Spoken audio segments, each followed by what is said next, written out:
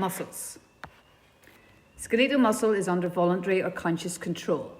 It is made up of muscle fibres. So you can see in this diagram that muscle is made up of many thousands of muscle fibres. These muscle fibres are multinucleate and are surrounded by a cell membrane called the sarcolemma. Along the muscle fibre, then we also find infolds called T-tubules.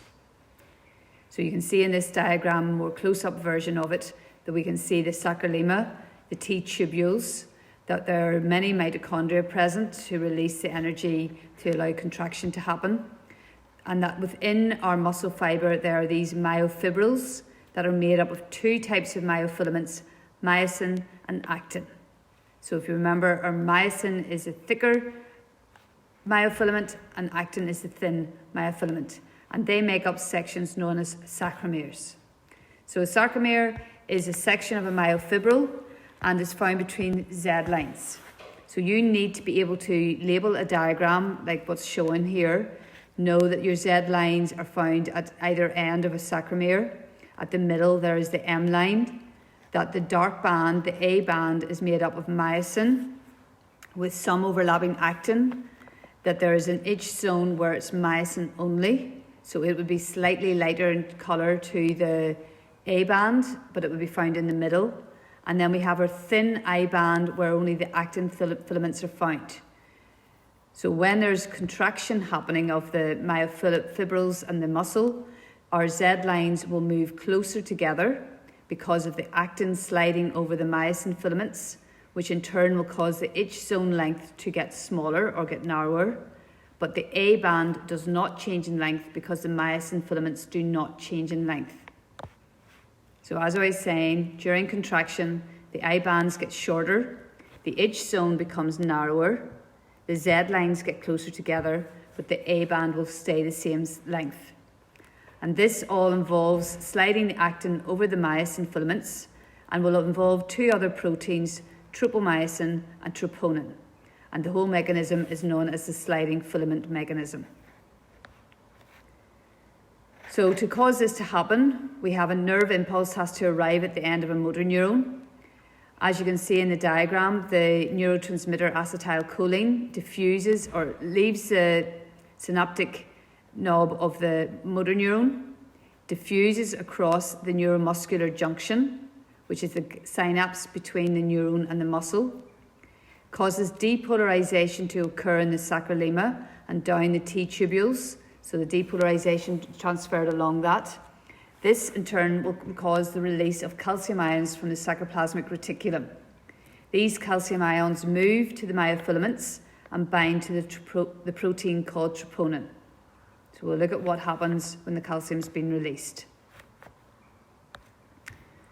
So on this diagram here, we have the green circles, which are representing the protein troponin. We have our thin blue actin filaments that have these tropomyosin proteins surrounding them.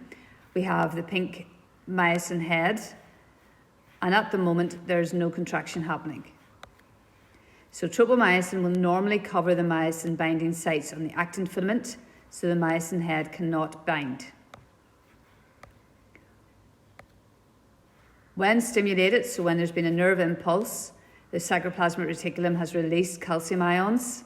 These calcium ions bind to the troponin, and they will cause the tropomyosin to move, exposing the myosin binding sites.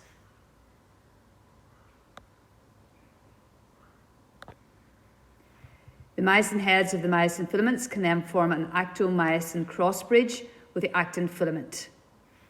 The myosin head then will rotate 45 degrees, and that slides the actin filament over the myosin, bringing the itch zone, making it narrower. Then an ATP molecule will attach to the myosin head. The hydrolysis of the ATP to ADP and PI will cause the myosin head to detach and return to its original position, and then this cycle can be repeated.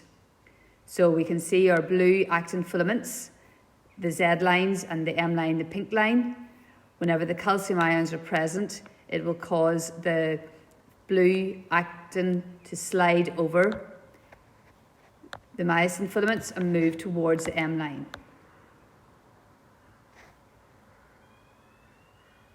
So our H zone getting narrower, our Z lines getting closer together.